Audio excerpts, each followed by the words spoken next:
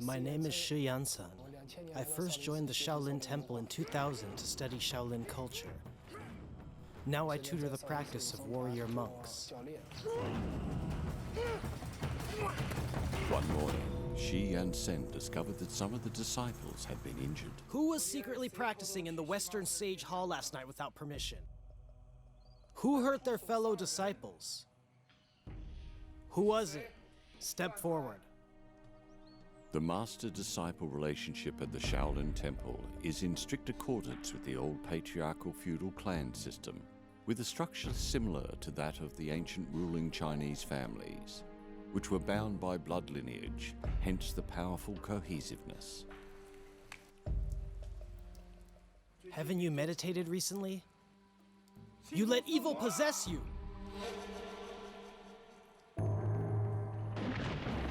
Yesterday, the young monk Shi Yanji secretly snuck into the temple and witnessed the whole event. Monks who are new to the Shaolin Temple are fond of practicing the five-element fist that gracefully imitates the movements of dragons, snakes, tigers, leopards and cranes, and is easy to learn. After chanting each evening, some of the young warrior monks sneak into the temple to practice their skills.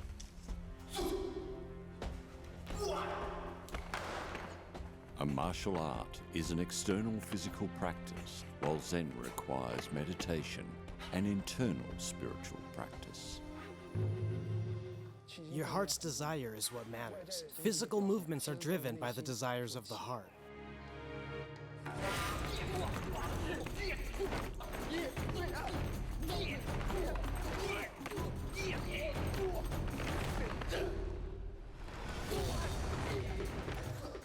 These young disciples of mine who have just joined the Shaolin really enjoy fighting each other. But some disciples tend to be extremely fierce.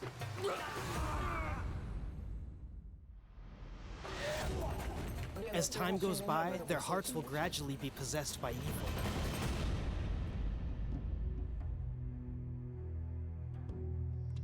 The murals of the Dharma in the Western Sage Hall are a continual reminder to all the monks that although there are hundreds of martial art moves and 72 stunts in Shaolin Kung Fu, this martial art practice is only a means to an end.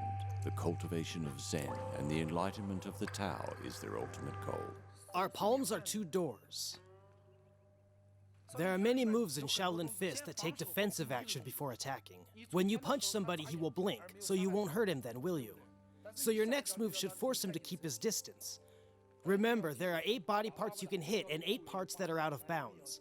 Avoid the temples on the head, the throat, the heart, the crotch, the spine, kidneys, and ribs are all forbidden areas that you must not hit. Do you understand? There are many other methods we can use. For example, you can twist or lock their joints like that. But you must all remember never to harm anyone during a fight. Shaolin monks practice martial arts only for spiritual cultivation. The motto of the 8 forbidden and 8 permissible body parts clearly defines the areas of attack. You may hit the eyes or eyebrows, but not the temple. You may hit just above the lips, but not the throat. You may hit the cheek or jaw, but not the lungs. You may hit the shoulder blades, but not the ribs. You may hit the spleen, but not the crotch. You may hit the pelvic bone, but not the kidneys. You may hit the knee joints, but not the tailbone. Finally, you may hit the shin bones, but not the ears. You don't need to do these in order, but you should always keep these rules in mind. Try to contain your enemy in a fight, but never threaten life. The Dharma's practice of cultivating Zen through martial arts is reflected not only in every move of the hand-to-hand combat skills of Shaolin Kung Fu, but also demonstrated in its use of weapons. The Dharma staff is actually a kind of technique, consisting of many offensive and defensive moves. It may look short, but it is capable of defending a wall. It all depends on how you use it. We practice Kung Fu and study Buddhism to train our bodies and minds to think and act as one, so that our physical actions accord with our inner thoughts and desires. When we monks put our palms together, we are trying to calm our confused heart, and gain unity.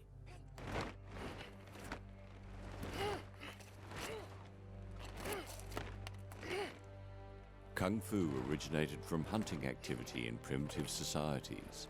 Originally used to attack and injure, it now has gradually evolved into a spiritual practice cultivating people's morality. The motto of 8 forbidden and 8 permissible body parts of Shaolin Kung Fu has existed for over 1,000 years.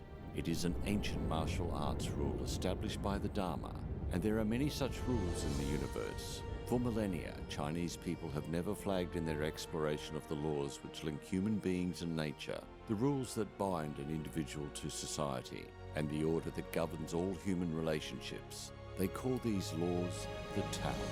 Like the Shaolin monks from Songshan in Henan province, who cultivate Zen through martial arts, there is a similar group in Laochan Mountains in Taipei. Through their sacred drumming, the troupe is searching for a way to combine the Tao with art and cultivate Zen through their performance. These drummers have a beautiful name, Yu Theatre, after Yu, the Chinese for excellence. I am Huang Zhichun, music director of Yu Theatre.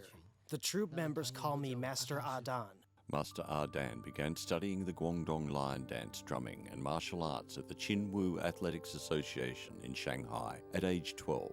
Every day before drum practice, he leads the performers in meditation for 3 hours to improve their concentration and attain inner peace. Take the performance we just did, for example. The right hand drums 16 beats in a circular motion, while the left hand drums 8 beats. When these two different rhythms are combined, it requires great concentration.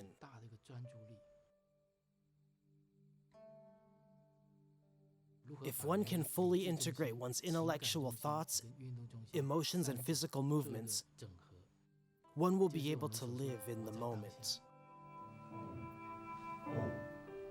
Master Ardan believes that when such a high degree of concentration is attained and focused on drumming, the full energy will be transmitted to the audience. The stronger the energy, the more it will improve people's hearts and resonate with the audience.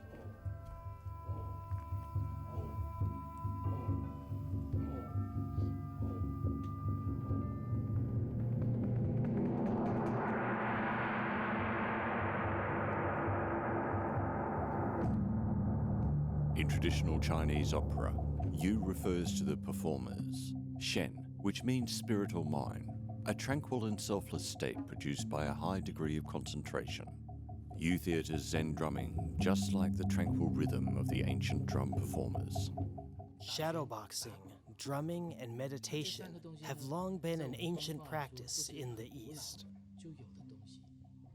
But the 3 strands grew apart over time. What we are doing now is combining them all together to form a very unique type of performance art. Yu Theatre's drumming combines traditional martial arts of the East with Tai Chi, elements of Western theatre, and drumming to achieve unity between the Tao and art.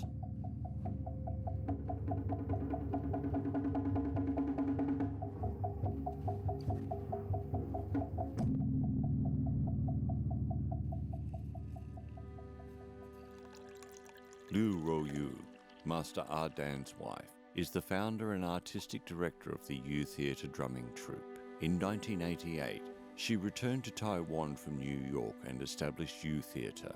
In 1993, she invited Master Ardan to join the troupe as the Guangdong Lion Dance drum coach, establishing a new performance style for the troupe that incorporated drumming. While I was studying in the United States, my teacher told me that I was a very westernized Chinese person, so I realized that I had to find a kind of power within my original mother culture and inherit it like a disciple inherits what his master instructs him. Westerners believe that a kind of human power exists in the East, so I thought, why don't I go home? But when I got home, I realized that I had inherited nothing of the kind. Around that time, someone introduced me to Mr. Huang Zhichun because he had played the lion dance drum since he was a child. And young as he was, he had managed to inherit that so-called ancient element. So at that time, I decided, yes, we must cooperate. When Master Ardan joined the troupe, Yu Theatre discovered the roots of traditional Chinese culture. From then on, Liu Ruoyu and the other troupe members receive systematic training in the traditional Guangdong line dance drum technique.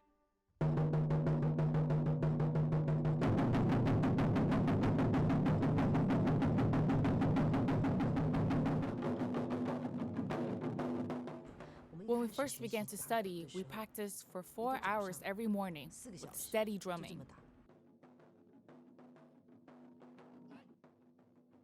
In the East, a disciple starts to practice long before they can understand what their master teaches.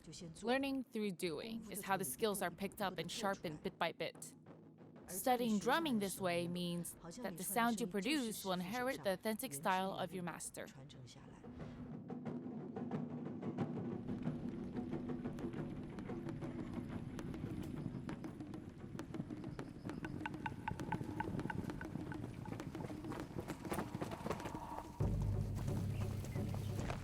As well as practicing shadow boxing, drumming and meditation, every week Lu Ruoyu takes her entire troupe to Jingguashi Geo Park, northeast of Taipei, for training. Stretch yourself, spread your body out. Performing these tranquil movements, climbing the rock face, is a peaceful way to practice Zen meditation. Hold steady, you'll find the way. Immersed in the sunshine, wind, rain and the sound of insects in the mountains, the troupe is embraced by nature every day. As they hike and practice Zen, their minds become more attuned and their control over the music deepens. To put it bluntly, it's like a wild horse. A wild horse experiences its greatest pleasure when it's out in nature. So whenever it returns to nature, its power will emerge. Gradually, the performers attain the same organic state and the same alert sensibility as wild animals.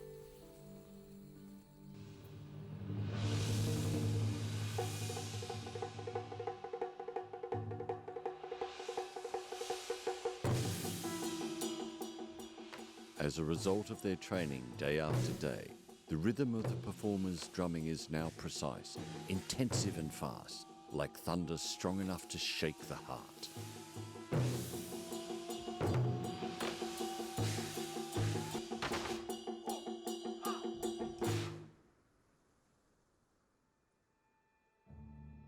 Besides the exploration of spiritual cultivation, our Chinese ancestors also researched the physical laws of nature.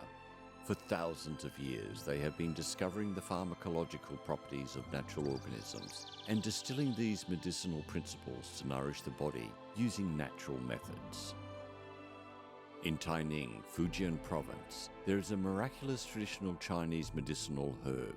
In the Compendium of Materia Medica, written by Ming Dynasty physician Li Shizhen, it refers to it as the life-saving celestial herb. My name is Zhu Kongsai. I live in Taining County, Fujian Province. It's here, I'm sure. Zhu Kongtai was in the wholesale shoe trade by the time he was 16. At the age of 20, he bought a bus to start a transportation business. 5 years ago, at the age of 30, he invested tens of millions of renminbi in planting Dendrobium officinale on the cliffs of Taining. Today is the day he inspects the results. My grandfather told me that 60 years ago, Dendrobium officinales were usually found growing wild. At that time, the price of fresh Dendrobium officinale was 60 renminbi per kilogram. While Dendrobium officinale is one of the rare and endangered plants in Class 2 on the list of wild plants under special state protection in China, with a value even higher than that of Asian ginseng or the reishi mushroom. It often grows on Danxia landforms with steep cliffs. In ancient times, people often abseiled over the cliffs using ropes or shot arrows to collect it. In the anthology of Taoist scripture collected during the Tang dynasty, the plant is honored as being the most important of the 9 immortal celestial herbs of China for its miraculous health benefits. Dendrobium officinale is a kind of orchid. It has aerial roots like suckers, absorbing moisture from the cliff. It will not grow in a flat place. It only grows in steep places. The gradient of the Danxia cliffs is almost 90 degrees. The plants growing here can enjoy better air and less direct sunlight and avoid being eaten by mice or swept away by mountain floods.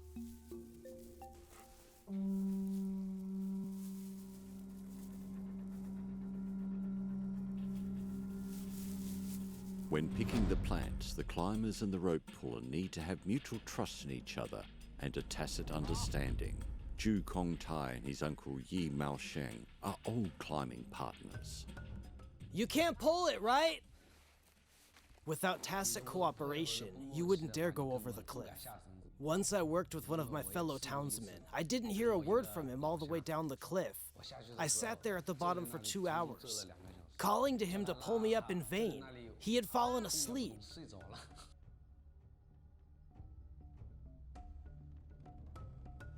Uncle Ye! Connect the rope!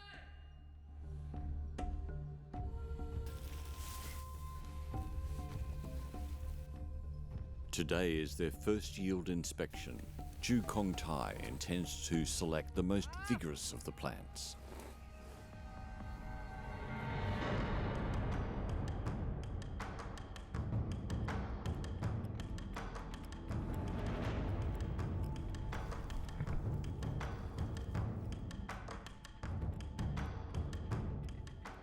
Uncle Ye! I've never seen such a beautiful specimen.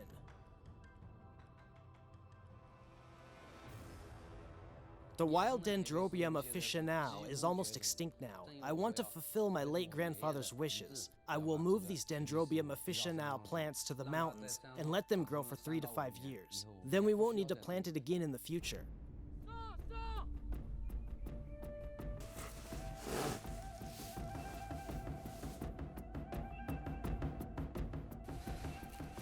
Nature doesn't need human beings, but human beings need nature. Zhu Kongtai's 5 years of hard work have not been in vain. This Danxia cliff will give him future yields.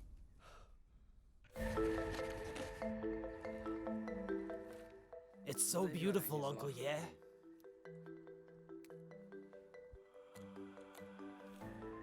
It's almost the same as the wild one.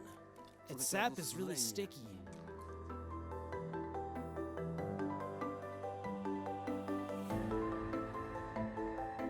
Dendrobium officinale is a wild treasure of the Chinese mainland, while in Taiwan, there is a rare variety of seafood, Pisidonophis boro.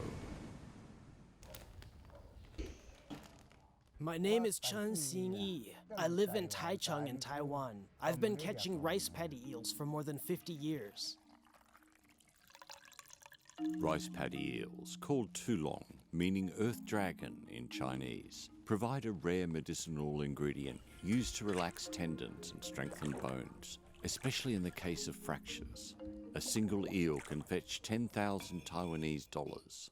Because of its high price, it is usually drunk as a medicinal wine after having been soaked in sorghum liquor at 58% proof.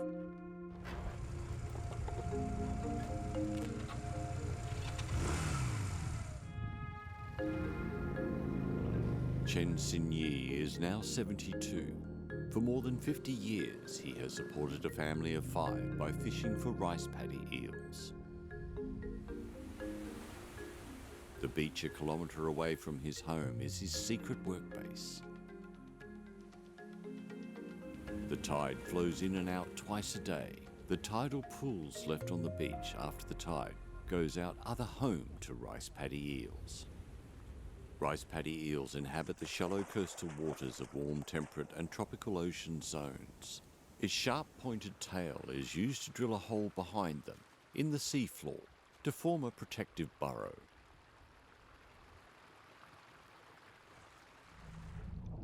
The first step in catching a rice paddy eel is to find its burrow. You can't see it, but we can see the floating oil slick. You know, its burrow is very oily. There are oil slicks floating around the entrance. If you touch the hole, your hand will become very oily. After locating the entrance to the burrow, Chen Xinyi plans to force the eel out using fumigation. The bitter taste of the tar from the wet tobacco floats into the burrow, and 20 minutes later, the eel will be forced to rise to the surface of the water.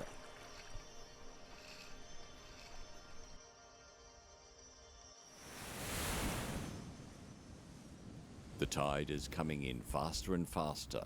Once the tide is high, the eels will swim out of their burrows. Chen Xinyi must seize the moment to find the second burrow. This burrow is so small.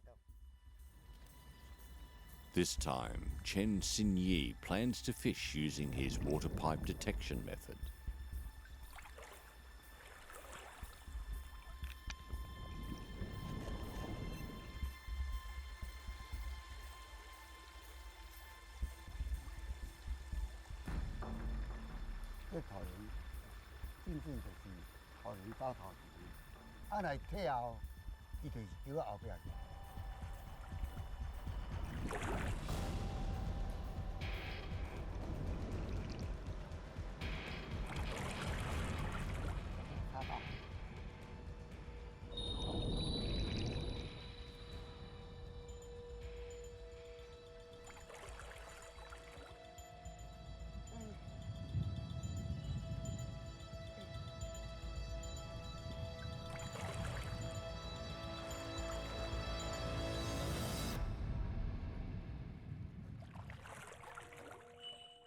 When I was in my 20s, watching someone fishing for eels sparked my interest. In the beginning, I used a fish spear to spear the eels. I managed to spear one or two sometimes, but I didn't really know how to catch them, so they slipped away. Someone lied to me and said that the eels would bite me, fearing that I would steal their fishing skills. So I researched this technique by myself. To this day, I've never been bitten. When Chen Xinyi was young, he would go fishing for eels all the way along the western coast of Xiangshan in Taiwan. When he had caught enough, he would sell them at the market at Bangchao. With years of persistence, this skill has benefited him all his life.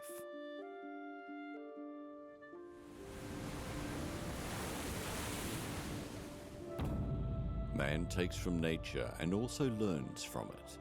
In the face of harsh environmental conditions, Chinese ancestors invented many wonderful crafts by using natural materials and following the laws of nature. One of these ancient crafts is the Chinese wooden arch bridge.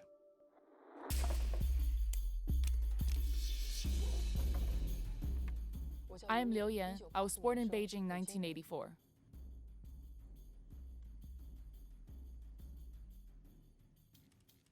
Now I'm studying for a doctorate in Germany at the Technical University in Munich. My current research is focused on Chinese wooden arch bridges and their construction techniques. From 2009, with financial support from local cultural bureaus, Liu Yan flies back to China from Germany every summer to measure wooden arch bridges alone in the mountainous areas of Zhejiang and Fujian provinces. Liu Yan is measuring the 65th of only 100 wooden arch bridges in existence in China. The woven wooden arch bridges studied by Liu Yan fall into the highest technical category of all traditional wooden bridges. They are found only between the mountains and valleys on the border between Zhejiang and Fujian provinces in China. The climate in this region is changeable, with abundant rainfall. The river here is 30 to 40 meters deep. With such deep water and fast-flowing currents, crossing the river is a difficult task. How were bridges constructed to span such large distances? People in ancient times developed a method that did not use nails or rivets, only short wooden planks as the warp and weft to weave the arch. A single arch can span distances of 40 meters or more. These woven wooden arch bridges have been standing in these mountains for hundreds of years.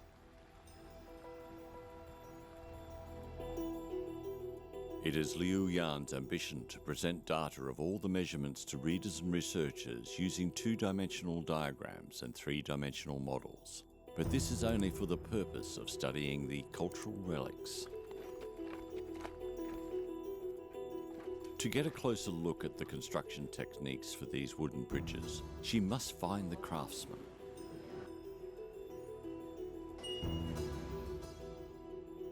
Liu Yan's first stop was in Wuyishan, Fujian province.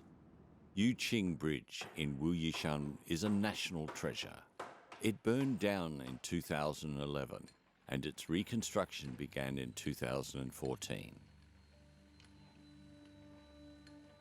When Liu Yan arrived at Yuqing Bridge, Zheng Duoshong and 12 other carpenters were busy preparing the second arch of the construction site. I'm Zheng Duoxiong from Shaolin in Fujian province. I'm 61 years old this year. Zheng Duoshong is the descendant of a family of traditional bridge builders. Like his ancestors, he doesn't need a blueprint to build the bridge. All the designs are clearly drawn in his mind. An axe, a bamboo pen and an inkwell are the main tools needed to prepare the wood. First, the wood is graded according to its size and straightness. The inkwell and bamboo pen is used to make marks on the wood. Finally, the wood is cut and sawn along the marks. In order to get a more direct understanding of each step of the construction process, Liu Yan joins the craftsmen in preparing. Observing the work of the craftsman is like being able to check my facts directly. Only through solving the problems myself can I understand all the different kinds of problems and variables that occur in the process. In order to make the mortise and tenon joints of the arch fit perfectly, every step to prepare the wood should be precise. It will take the craftsman 4 months to prepare 150 pieces of wood of varying lengths and functions. Liu Yan is eager to witness the construction process. When she heard that Wu Fuyong, a craftsman in Zhejiang province, was planning to replace the small stone bridge at the end of his village with a wooden arch bridge, she set out for Qingyuan, hoping to witness firsthand how Wu Fuyong would build the bridge. I am Wu Fuyong from Daji Village, Qingyuan County, Zhejiang Province. I've been building wooden corridor bridges for years. Wu Fuyong is a modern carpenter. He not only builds large-scale timber arch bridges, but also makes delicate scale models with refined details.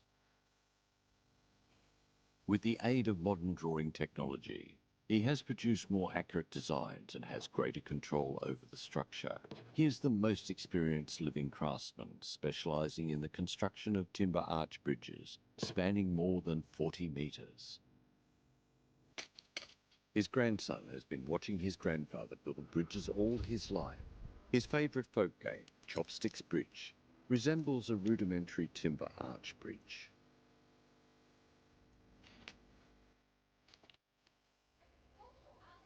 Wu Fuyong wants to build his bridge over the river at the edge of his village.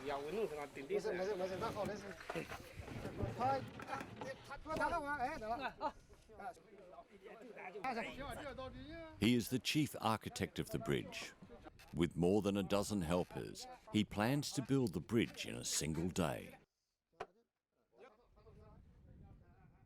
The basic construction method of a Chinese wooden arch bridge is as follows. First, 3 log sections are used to form a 3-fold arch across the river valley.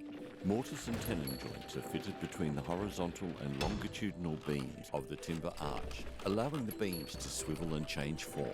The creative craftsman then interweave the second arch into the first 3-fold arch. The 2 interlocking systems support and restrain each other, forming a stable structure.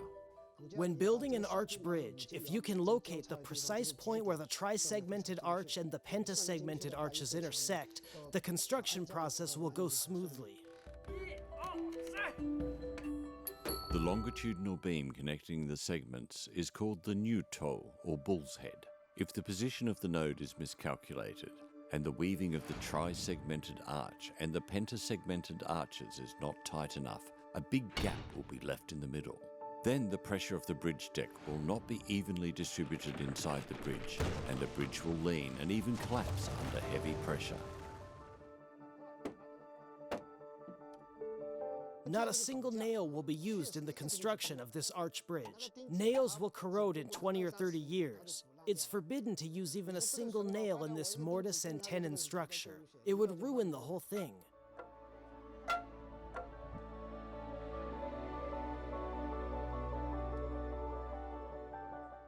That's why the cultural essence of Chinese timber arch bridges lies in the arch. A human being can live for a century, and a tree can live for a millennium. The wisdom of making woven bridges with timber has been handed down from generation to generation. The most important information about this corridor bridge is inscribed on the pillar in the middle, carpenter Zhang Xuechang from Tiukeng village. In Zhouning County, Liu Yan visits one of the oldest bridge building families, the Zhang family. Mr. Zhang, nice to meet you. Was Mr. Zhang Xuechang one of your family members? He was my grandfather's great-grandfather, my great-great-great-grandfather. For hundreds of years, Mr. Zhang's family has overseen bridge construction projects throughout the surrounding counties. The dozens of bridge construction contracts held by Mr. Zhang Chengzhe are now the most precious documents in the study of timber arch bridges. Including service charges, hemp, and timber.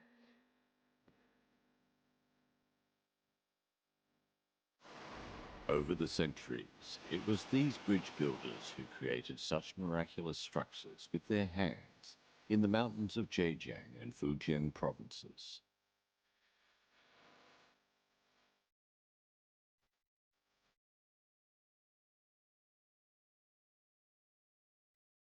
Translating the technical value and unique cultural wealth of Chinese timber arch bridges into modern scientific language, and finding a way to introduce these concepts to the Western world, are problems that Liu Yan has committed herself to exploring as part of her academic research in Germany.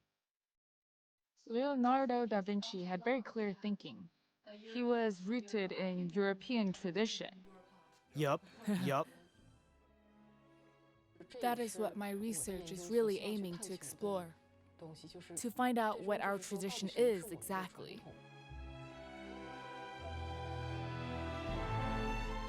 By following the laws of nature and adapting to geographical conditions, crafts using natural materials gradually evolved into a variety of other social and economic activities, and the prosperity of these economic activities gave birth to a lot of traditional athletic games.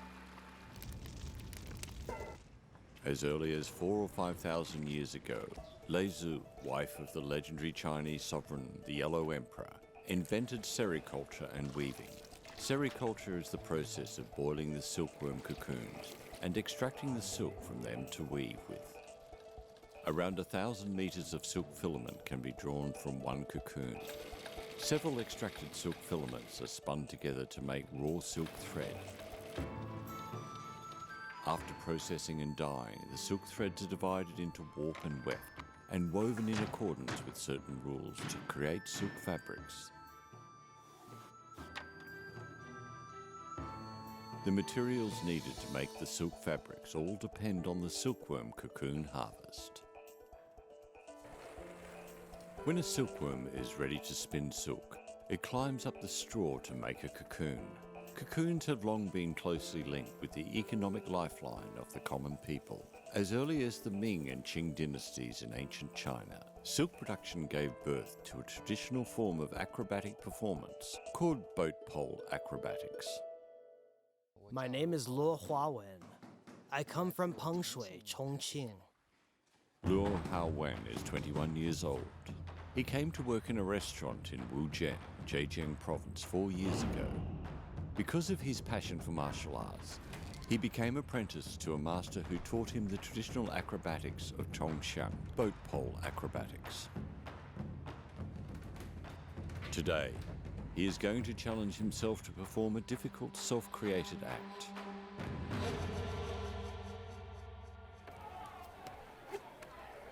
A Yinshan bamboo pole from Anhui province is inserted in the big stone mortar in the middle of the riverboat. Despite the pole's flexibility, there are stringent requirements for the weight and skills of the climber.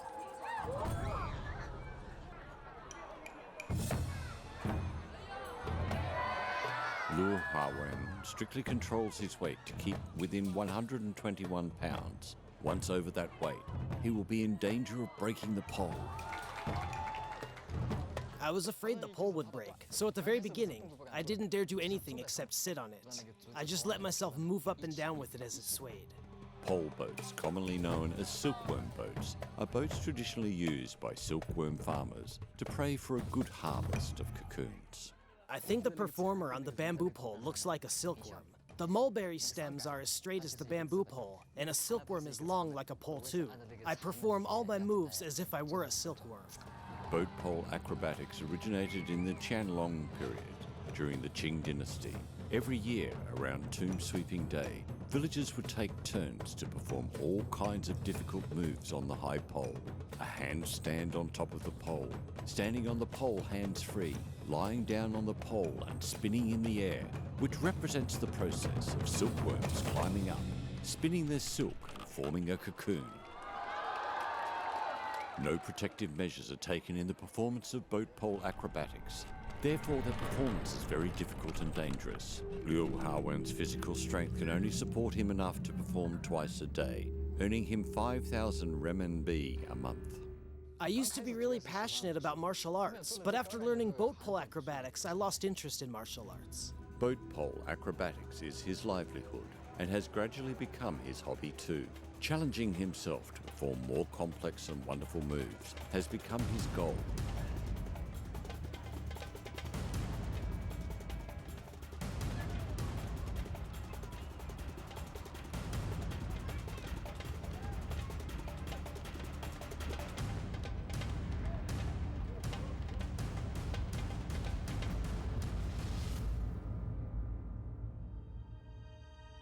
Due to the low income and hard training, few young people are courageous enough to get involved in these traditional arts, which are hungry for successes.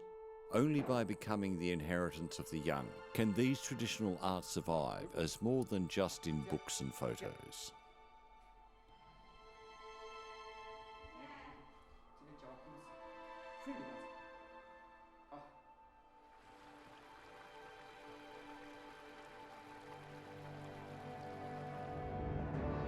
As it says in the Tao Te Ching by the ancient Chinese philosopher Lao Tzu, the way that can be spoken of is not the true way. The history of over 5,000 years of Chinese civilization is the history of the Chinese people's search for the way, or the Tao. Following this path, Chinese ancestors have handed down their abundant experience by infusing it into all kinds of tools that still survive today. The Huizhou compass is one of them. I am Wu Zhaoguang, the 8th generation descendant of Wu Luheng's compass shop in Wan'an, Anhui Province. Back in the year 1915, my great-grandfather Wu Yuxian and my grandfather Wu Weiceng co-manufactured this collection, which won a gold medal at the Panama Pacific International Exposition in America. Wu Zhaoguang's family has been engaged in compass production for 300 years. When Wu Luheng first opened the store, the prosperity of the Huizhou merchants was at its height. The Huizhou merchants exploited the advantages of the Sinan River waterway, Fuchun and Qiantang rivers to expand their commercial domain across China. They brought with them a construction boom, building ancestral halls, houses, bridges and roads. They attached great importance to harmony between architecture, ecology and human life, which brought the functions of the Wan'an compass into full play and made it hot property amongst the merchants.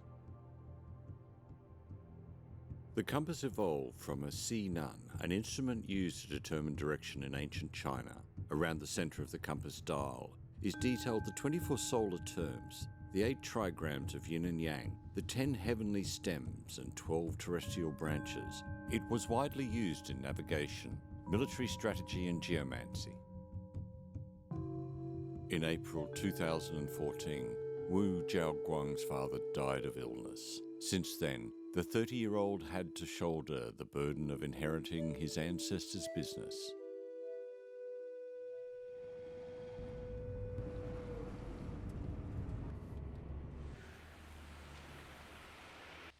Today, a regular customer has come to have a damaged compass repaired.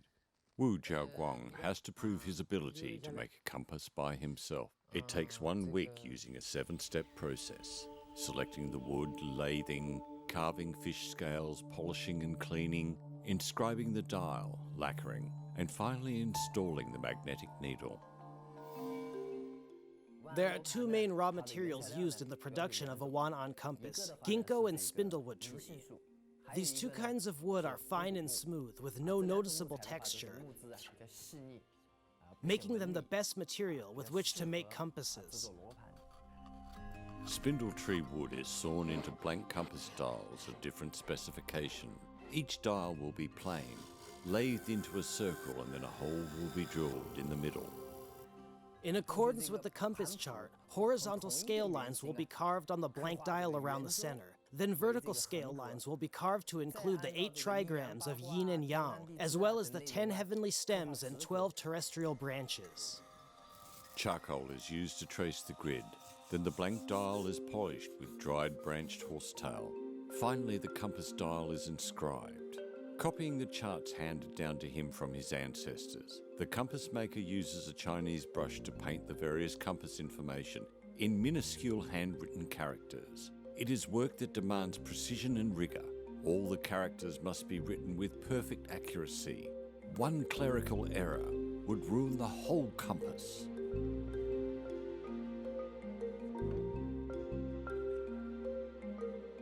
Once the compass dial has been inscribed, it is lacquered. Several layers of Chinese wood oil, refined using a unique technology, is painted onto the compass. Finally, the compass dial will be polished repeatedly to make it smooth and clear. The core of a compass lies in the hole in the middle. The seventh and final step of Wu Luheng's compass making is to install the magnetic needle. This is the most critical step of the entire process.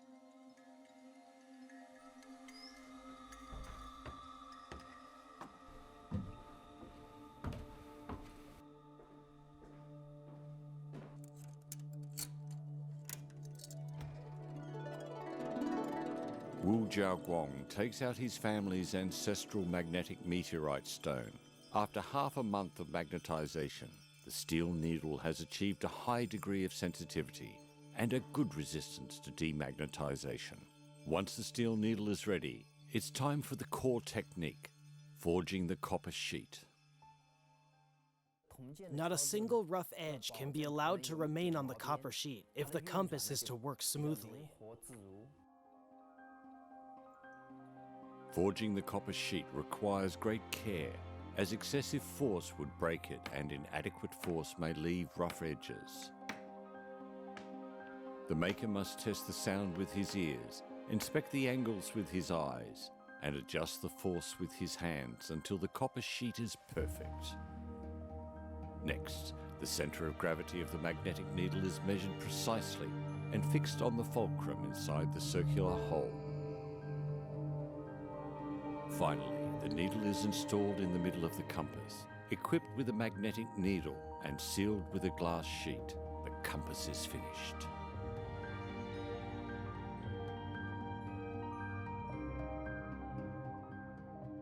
Sir, your compass has been fixed. Here, try it out.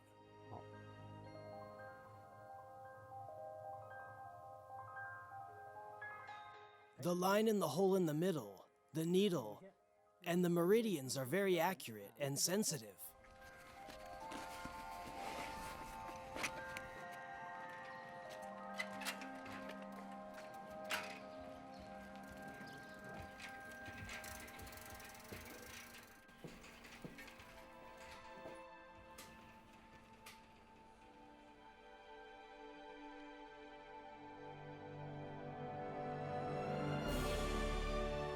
Wu Jiaoguang is one of the inheritors of Chinese intangible cultural heritage, spread all over China, from Xuning in Anhui Province, Taoyuan in Taiwan, from Taining in Fujian Province to Hualien in Taiwan. These craftsmen continue to explore the wisdom of harmony between people and nature through mentoring relationships, training and oral teachings to inspire understanding and learning down the generations. In China, this wisdom shares a common name, the Tao.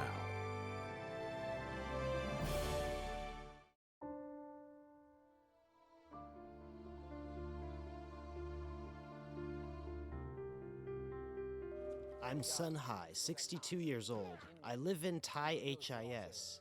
I've always loved acrobatics. One day it occurred to me, it must be interesting to do it with tops. When I touch the paint, it feels like I'm touching mud when transplanting seed ricelings. So slippery. Although the paddy fields are yellow, the soil is red and gray. The paddy fields might be black, but the seedlings are green and the rice white.